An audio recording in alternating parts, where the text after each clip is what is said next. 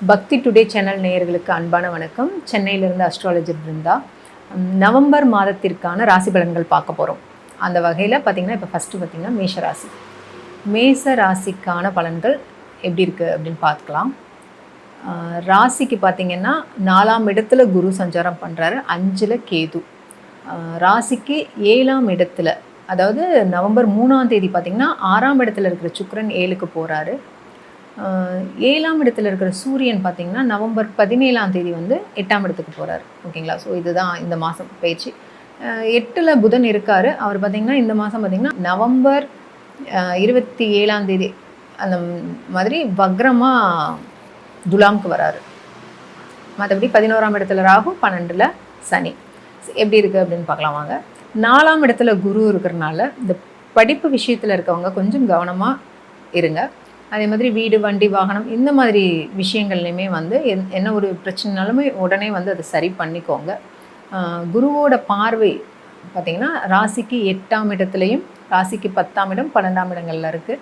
So 8ஆம் இடத்துல இருக்கிறனால திடீர் அதிர்ஷ்டம், திடீர் பணவரவு, இந்த எல்ஐசி, போஸ்ட் ஆஃபீஸ் இந்த மாதிரி விஷயங்கள் இன்வெஸ்ட் பண்ணியிருக்கவங்களுக்கு நல்லாயிருக்கும். ஏதாவது பணம் நிலுவையில் இருந்தாலும் கிடைச்சிரும். ஓகேங்களா? ராசிக்கு 7ஆம் இடத்துல சுக்கிரன், சூரியன் நவம்பர் 17 வரைக்குமே சுக்கிரன் சூரியன் 7ல் இருக்கிறது வந்து பார்த்திங்கன்னா கணவன் மனைவி உறவில் வந்துட்டு பிரச்சனைகளை கொடுக்கும். சரிங்களா? ஸோ அதனால் கவனமாக இருங்க. ஸோ நட்பு வட்டத்துலேயுமே நான் சொல்கிறது தான் கரெக்டு அப்படின்னு தயவுசெய்து ஆர்கியூ பண்ணாதீங்க. பொதுவாகவே பார்த்திங்கன்னா மேஷ ராசி காலபுருஷனுக்கு முதல் ராசி. ஓகேங்களா? கொஞ்சம் ஸ்பீட் அதிகமான ராசி. ஏன்னா செவ்வாய் தான் இதுக்கு அதிபதி. இவங்க வந்துட்டு இவங்கக்கிட்ட பார்த்திங்கன்னா இந்த சென்டிமெண்ட்ஸ் இதெல்லாம் நம்ம ரொம்ப எக்ஸ்பெக்ட் பண்ண முடியாது. டார்கெட் வச்சுட்டு போயிட்டே இருப்பாங்க. ஸோ டார்கெட் வச்சு அதை செயல்படுத்துறது தான் மேஷராசிக்கான காரகத்துவமே.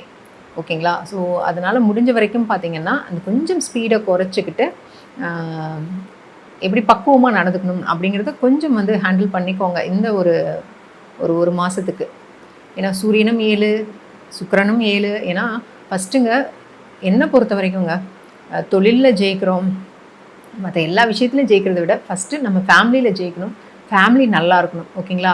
ஸோ நம்ம அதிகம் நேரம் இருக்கிறதும் சரி, நம்ம அதிகமாக உழைக்கிறதும் சரி, எல்லாமே ஃபேமிலிக்காக தான் இல்லையா? ஃபேமிலிக்குள்ளே தான் நம்மளும் இருக்கிறோம். நமக்காக ஃபேமிலி, ஃபேமிலிக்காக நம்ம. அப்போ அந்த இடத்த நம்ம எந்தளவுக்கு சந்தோஷமாக வச்சுக்கணும். அந்த இடம் சந்தோஷமாக இருக்கும்போது அங்கேருந்து நீங்கள் வெளியே போகும்போது எல்லா விஷயங்களுமே உங்களுக்கு சாதகமாக இருக்கும். அதனால் குடும்பத்தை நல்லா பார்த்துக்கோங்க, விட்டு கொடுத்துக்கோங்க. 8ஆம் இடத்துல வந்து இந்த சூரியன், செவ்வாய், புதன். ஸோ சூரியன் செவ்வாய் சேர்க்கை வந்து ரொம்ப ஒரு அருமையான சேர்க்கை தான். நினச்ச விஷயங்கள் எல்லாமே வந்து ஜெயிக்கலாம். ஸோ பூமி, இடம் இதெல்லாம் வாங்கிறது வந்து ரொம்ப சிறப்பு. இருந்தாலும் வந்து அந்த பணத்தை இன்வெஸ்ட் பண்ணும்போது கவனமாக பண்ணுங்க. அதே மாதிரி வந்துட்டு ஹெல்த் கொஞ்சம் நல்லா பார்த்துக்கோங்க. 11ஆம் இடத்துல ராகு இருக்கிறது ரொம்ப சிறப்பு. ஸோ பிஸ்னஸில் புது புது ஐடியாஸ், லாபஸ்தானத்தில் ராகு இருக்கிறது வந்து நல்லாவே அள்ளி கொடுப்பாரு, பிரச்சனை இல்லை. 12ஆம் இடத்துல சனி இருக்கிறனால எப்படி செலவு வருதுனே தெரியாது, திடீர்னு ஒரு செலவு வந்து நிற்கும். சரிங்களா? ஸோ குருவோட பார்வை இருக்கிறனால ஓரளவுக்கு உங்களுக்கு இந்த தடவை வந்து அது மட்டுப்படும். 12ஆம் இடத்துல சனி இருக்கிறனால எப்போவுமே ட்ராவலில் கொஞ்சம் கவனமாக இருந்துக்கோங்க. இப்போ இந்த வெளிநாடு முயற்சி பண்ணுறது எல்லாமே ஓரளவுக்கு நல்லாயிருக்கும், சிறப்பாக இருக்கும் உங்களுக்கு. 5ஆம் இடத்துல கேது. கண்டிப்பாக வந்துட்டு ஃபுட்டு நல்லா கரெக்டாக டைமுக்கு ஃபுட்டு எடுத்துக்கோங்க. 5ஆம் இடத்துல இருக்கிறனால பார்த்திங்கன்னா குலதெய்வ வழிபாடு நிச்சயமாக பண்ணுங்கள். குலதெய்வ வழிபாடு பண்ணுறது ரொம்ப நல்லது. விநாயகர் வழிபாடு பண்ணுங்கள். அதர்வைஸ் வந்து மேஷராசிக்கு ரொம்பவே நல்லா இருக்குது. இந்த ராசியில் இருக்கிறவங்க முக்கியமாக என்ன பண்ணணும் அப்படின்னு பார்த்திங்கன்னா, இந்த அஸ்வினியில் இருக்கிறவங்க ரொம்ப ஸ்ட்ரெஸ்ஸாக இருந்ததுன்னா இந்த புல் வெளி இருக்குது இல்லைங்களா, காலில் செப்பல் போடாமல் அந்த புல் வெளியில் வந்துட்டு நடந்துட்டு வாங்க, எவ்வளோ டைம் முடியுதோ. ஓகேங்களா? அது மேலே நீங்கள் நடந்துட்டு வரும்போதே உங்களுக்கு வந்துட்டு அவ்வளோ ஸ்ட்ரெஸ் வந்து குறைஞ்சிரும். நட்சத்திரம் நல்லா பாசிட்டிவாக ஆக்டிவேட் ஆகும். அதே மாதிரி பரணி நட்சத்திரத்தில் இருக்கிறவங்க ஒன்றுமே பண்ண வேணாம், சின்னதாக கிச்சனுக்கு போங்க, ஒரு காஃபி போடுங்க.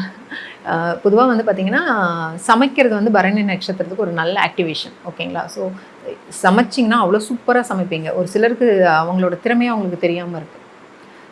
மற்றபடி ரொம்ப நல்லா இருக்குது. ஸோ கரெக்டாக வந்து பரிகாரங்களை பண்ணி சிறப்பாக கொண்டு போயிருங்க இந்த மாதத்தை. பக்தி டுடே சேனல் நேயர்களுக்கு அன்பான வணக்கம். சென்னையிலிருந்து அஸ்ட்ராலஜர் பிருந்தா. நவம்பர் மாதத்திற்கான ராசி பலன்கள் பார்க்க போகிறோம். அந்த வகையில் பார்த்திங்கன்னா இப்போ ஃபஸ்ட்டு பார்த்திங்கன்னா மேஷராசி. மேச ராசிக்கான பலன்கள் எப்படி இருக்குது அப்படின்னு பார்த்துக்கலாம். ராசிக்கு பார்த்திங்கன்னா 4ஆம் இடத்துல குரு சஞ்சாரம் பண்ணுறாரு, 5ல் கேது. ராசிக்கு 7ஆம் இடத்துல, அதாவது நவம்பர் 3ஆம் தேதி பார்த்திங்கன்னா 6ஆம் இடத்துல இருக்கிற சுக்கிரன் 7க்கு போகிறாரு. 7ஆம் இடத்துல இருக்கிற சூரியன் பார்த்திங்கன்னா நவம்பர் 17ஆம் தேதி வந்து 8ஆம் இடத்துக்கு போகிறார். ஓகேங்களா? ஸோ இதுதான் இந்த மாதம் பயிற்சி. 8ல் புதன் இருக்கார். அவர் பார்த்திங்கன்னா இந்த மாதம் பார்த்திங்கன்னா நவம்பர் 27ஆம் தேதி அந்த மாதிரி வக்ரமாக துலாம்க்கு வராரு. மற்றபடி 11ஆம் இடத்துல ராகு, 12ல் சனி. எப்படி இருக்குது அப்படின்னு பார்க்கலாம் வாங்க. 4ஆம் இடத்துல குரு இருக்கிறனால இந்த படிப்பு விஷயத்தில் இருக்கவங்க கொஞ்சம் கவனமாக இருங்க. அதே மாதிரி வீடு, வண்டி, வாகனம் இந்த மாதிரி விஷயங்கள்லையுமே வந்து என்ன ஒரு பிரச்சனைனாலுமே உடனே வந்து அதை சரி பண்ணிக்கோங்க. குருவோட பார்வை பார்த்திங்கன்னா ராசிக்கு 8ஆம் இடத்துலையும், ராசிக்கு 10ஆம் இடம், 12ஆம் இடங்களில் இருக்குது. ஸோ 8ஆம் இடத்துல இருக்கிறனால திடீர் அதிர்ஷ்டம், திடீர் பணவரவு, இந்த எல்ஐசி, போஸ்ட் ஆஃபீஸ் இந்த மாதிரி விஷயங்கள் இன்வெஸ்ட் பண்ணியிருக்கவங்களுக்கு நல்லாயிருக்கும். ஏதாவது பணம் நிலுவையில் இருந்தாலும் கிடைச்சிரும். ஓகேங்களா? ராசிக்கு 7ஆம் இடத்துல சுக்கிரன், சூரியன் நவம்பர் 17 வரைக்குமே சுக்கிரன் சூரியன் 7ல் இருக்கிறது வந்து பார்த்திங்கன்னா கணவன் மனைவி உறவில் வந்துட்டு பிரச்சனைகளை கொடுக்கும். சரிங்களா? ஸோ அதனால் கவனமாக இருங்க. ஸோ நட்பு வட்டத்துலேயுமே நான் சொல்கிறது தான் கரெக்டு அப்படின்னு தயவுசெய்து ஆர்கியூ பண்ணாதீங்க. பொதுவாகவே பார்த்திங்கன்னா மேஷ ராசி காலபுருஷனுக்கு முதல் ராசி. ஓகேங்களா? கொஞ்சம் ஸ்பீடு அதிகமான ராசி. ஏன்னா செவ்வாய் தான் இதுக்கு அதிபதி. இவங்க வந்துட்டு இவங்கக்கிட்ட பார்த்திங்கன்னா இந்த சென்டிமெண்ட்ஸ் இதெல்லாம் நம்ம ரொம்ப எக்ஸ்பெக்ட் பண்ண முடியாது. டார்கெட் வச்சுட்டு போயிட்டே இருப்பாங்க. ஸோ டார்கெட் வச்சு அதை செயல்படுத்துறது தான் மேஷ ராசிக்கான காரகத்துவமே. ஓகேங்களா? ஸோ அதனால் முடிஞ்ச வரைக்கும் பார்த்திங்கன்னா அந்த கொஞ்சம் ஸ்பீடை குறைச்சிக்கிட்டு எப்படி பக்குவமாக நடந்துக்கணும் அப்படிங்கிறத கொஞ்சம் வந்து ஹேண்டில் பண்ணிக்கோங்க இந்த ஒரு மாதத்துக்கு. ஏன்னா சூரியனும் 7, சுக்கிரனும் 7. ஏன்னா ஃபஸ்ட்டுங்க என்னை பொறுத்த வரைக்குங்க தொழிலில் ஜெயிக்கிறோம், மற்ற எல்லா விஷயத்துலையும் ஜெயிக்கிறத விட ஃபஸ்ட்டு நம்ம ஃபேமிலியில் ஜெயிக்கணும். ஃபேமிலி நல்லா இருக்கணும். ஓகேங்களா? ஸோ நம்ம அதிகம் நேரம் இருக்கிறதும் சரி, நம்ம அதிகமாக உழைக்கிறதும் சரி, எல்லாமே ஃபேமிலிக்காக தான் இல்லையா? ஃபேமிலிக்குள்ளே தான் நம்மளும் இருக்கிறோம். நமக்காக ஃபேமிலி, ஃபேமிலிக்காக நம்ம. அப்போ அந்த இடத்த நம்ம எந்தளவுக்கு சந்தோஷமாக வச்சுக்கணும். அந்த இடம் சந்தோஷமாக இருக்கும்போது அங்கேருந்து நீங்கள் வெளியே போகும்போது எல்லா விஷயங்களுமே உங்களுக்கு சாதகமாக இருக்கும். அதனால் குடும்பத்தை நல்லா பார்த்துக்கோங்க, விட்டு கொடுத்துக்கோங்க. 8ஆம் இடத்துல வந்து இந்த சூரியன், செவ்வாய், புதன். ஸோ சூரியன் செவ்வாய் சேர்க்கை வந்து ரொம்ப ஒரு அருமையான சேர்க்கை தான். நினச்ச விஷயங்கள் எல்லாமே வந்து ஜெயிக்கலாம். ஸோ பூமி, இடம் இதெல்லாம் வாங்கிறது வந்து ரொம்ப சிறப்பு. இருந்தாலும் வந்து அந்த பணத்தை இன்வெஸ்ட் பண்ணும்போது கவனமாக பண்ணுங்க. அதே மாதிரி வந்துட்டு ஹெல்த் கொஞ்சம் நல்லா பார்த்துக்கோங்க. 11ஆம் இடத்துல ராகு இருக்கிறது ரொம்ப சிறப்பு. ஸோ பிஸ்னஸில் புது புது ஐடியாஸ், லாபஸ்தானத்தில் ராகு இருக்கிறது வந்து நல்லாவே அள்ளி கொடுப்பாரு, பிரச்சனை இல்லை. 12ஆம் இடத்துல சனி இருக்கிறனால எப்படி செலவு வருதுனே தெரியாது, திடீர்னு ஒரு செலவு வந்து நிற்கும். சரிங்களா? ஸோ குருவோட பார்வை இருக்கிறனால ஓரளவுக்கு உங்களுக்கு இந்த தடவை வந்து அது மட்டுப்படும். 12ஆம் இடத்துல சனி இருக்கிறனால எப்போவுமே ட்ராவலில் கொஞ்சம் கவனமாக இருந்துக்கோங்க. இப்போ இந்த வெளிநாடு முயற்சி பண்ணுறது எல்லாமே ஓரளவுக்கு நல்லாயிருக்கும், சிறப்பாக இருக்கும் உங்களுக்கு. 5ஆம் இடத்துல கேது.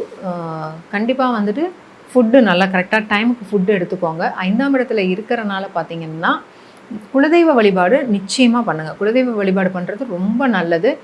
விநாயகர் வழிபாடு பண்ணுங்கள்.